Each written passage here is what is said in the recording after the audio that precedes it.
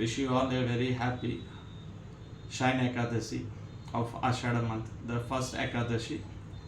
I am very much fortunate enough to listen to the lecture on Bhagavad Gita, chapter 16, text 6, from the holy lips of His Grace Antaryami Krishna Das of ISKCON Rajkot Temple. I just would like to share few important highlights that I have noted during the discourse. Before going to the important topics, I just would like to recite Bhagavad Gita, chapter 16, text 6. Dau bhuta sarga lokesmin devasura evacha devo vistara saprokta asurin padame shrunu. Translation of this shloka is, O son of Pritha, in this world there are two kinds of created beings. One is called divine and other demonic. I have already explained to you at length the divine qualities. Now hear from me the demonic. In nutshell, Lord Sri Krishna explains that the persons who follows the injunctions laid down in the Bhagavad Gita and Srimad Bhagavatam are known as the divine, and the people who doesn't follow the laid down injunctions in the Bhagavad Gita and Srimad Bhagavatam, who doesn't follow the Sanatana Dharma, principles of Sanatana Dharma, customs, traditions, culture, are known as the demons. Now I'd like to share beautiful analogies or beautiful similes or beautiful examples. His Grace Antaryami Krishnadas Prabhuji of ISKCON Rajkot has very beautifully narrated. The class was really amazing, heart-touching and very, very simple examples. So, one of the first example which touched me, pig. It has a beautiful 10-15 siblings, 10-15 children around, enjoying in the beautiful mud gutter, which is known as swimming pool, and eating all the filth. And when Narada Muni says, I will take you to Indraloka, please come, then pig, instead of expressing its gratitude and feeling happiness that I am going to Indraloka, the pig asks, in Indraloka do I get the same kind of swimming pool filled with gutter, same kind of filth will I get for enjoying? So this is the attitude not only of pig but of human beings. We want to enjoy all this filth filled in this materialistic world. We don't want to leave all this filth and try to go to Vaikuntha, Krishna Loka, Golaka Vrindavan or Brahma Loka or Indra Loka, because we all are infected with this materialistic desires, materialistic things. We don't want to leave this. So we are similarly alike pigs. Even if we are given, Bhagavad Gita says, you read this, you practice this, you implement this, you get the higher taste, better life. We don't want that. We don't want to touch Gita, we don't want to touch Bhagavatam, we don't want to listen, we don't want to implement practice. We want to lead a pigly life. This is our state of affairs.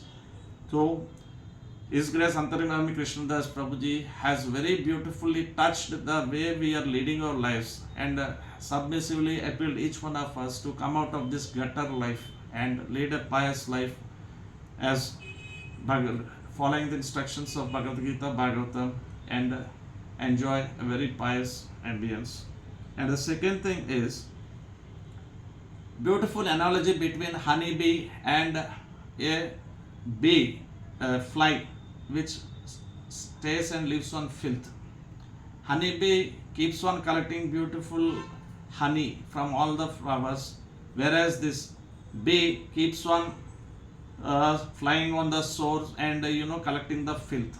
Many times honeybee requests the fly, why are you living on the source, why are you eating the filth, you please come and enjoy the beautiful flowers, the taste of beautiful honey. But fly says that no, I'll come on some other day. Here His Grace Antaryami Krishna Prabhuji has beautifully said, many times saintly persons come to us or devotees come to us and say, let us go to temple, let us go to some spiritual discourse. We say, I'll come on some other day, I'm busy. Here, since the fly is not coming or listening to honeybee, one day honeybee forcefully catches hold of the fly from the filth and takes and put it in a rose flower. And honeybee asks this fly, Are you enjoying the beauty of the rose? Are you enjoying the fragrance of the rose? And this fly says, no, I am getting the same filth smell, I am not getting any beautiful fragrance. Then, astonished, this honeybee takes this fly from rose flower to champa, they say in Hindi. In English, I am unable to recollect. Champa, I am unable to recollect it. So it keeps and takes and put it on the champa flower. There also this fly says, no, I am getting the same filth smell, I am not getting any fragrant smell. Jasmine, next this honeybee takes and put this fly on the jasmine flower. Here also fly says, I am getting the same filth smell, I am not getting any beautiful fragrance. Then this honeybee gets astonished and tries to identify where is the fault. I am getting beautiful smell, beautiful fragrance. Why this fly is getting all the smell of filth? Why not is he getting the smell of good fragrance? Then it sees under the nose of the fly whatever filth on which this fly was lying all these days, months, years. The filth got accumulated in the nostrils. So even though this fly was kept on the beautiful jasmine or beautiful rose or any other beautiful flower with beautiful fragrance, this fly is not able to taste the fragrance, but is still getting the same filth. Similarly, we human beings, even though we go to Kedarnath, Badarnath, Amarnath, Pashupatinath, Lord Krishna temples, we listen to Bhagavad Gita, Bhagavatam, many discourses for many years, we keep on carrying our not only 84 lakhs previous births of vasanas, but what is happening at home, what is happening at office, what is happening at business, what is happening with my daughter, what is happening with my sister, what is happening with my son, all this filth we keep accumulated in our brain and heart. Therefore, we can't reap the benefit of the fragrance that we are going to get from the temple or the devotees association from Bhagavad Gita, Bhagavatam. See how beautiful simile, analogy, example His Grace Antaryami Krishnadas Prabhuji has given. So beautiful it is. So let us all remove all the filth accumulated not only from nostrils but all the organs of our body and purify ourselves both internally as well as externally and get blessed. And the next important point, how do you treat an opportunist? If someone, your friend or relative or guest comes to you when he has work to you and after that he doesn't turn up for a month or two or an year, after a month or 2 year or two, if he comes again with some work, how do you treat that person?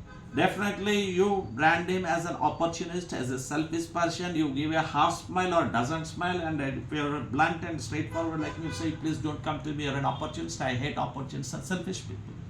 Same thing, if we go to God, when we have problems, when we have a list of desires, and after the problems are solved, the desires are fulfilled, if you don't turn up to God, how do you expect that God gives the same love and affection or some special love and affection for you?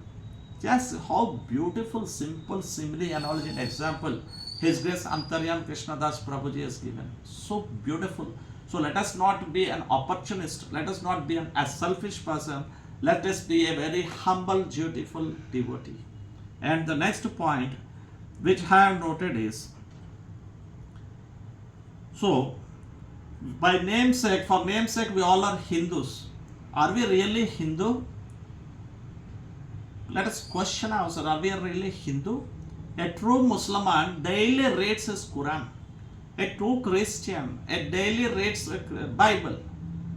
Being a Hindu, how many of us do we have Bhagavad Gita and Bhagavatam in our house? Even if we have Bhagavad Gita, Bhagavatam in our house, how many of us touch them, see them, have a glance at them? How many of us study them, forget about practicing it? We are only for namesake, we are Hindu. Ours is Sanatana Dharma. Real Hindu, true Hindus are those Muslim countries, Islam countries, Christian countries, of Western countries are adapting our Bhagavad Gita, adapting our Bhagavatam, wearing saris, kurta, dhoti, doing chanting, reciting Bhagavad Gita, reciting Bhagavatam, practicing and they're enjoying their lives. From the animal instinct, they're turning to human instinct. And we Indians, we Hindus are turning from human instinct to animal instincts and the beast instincts.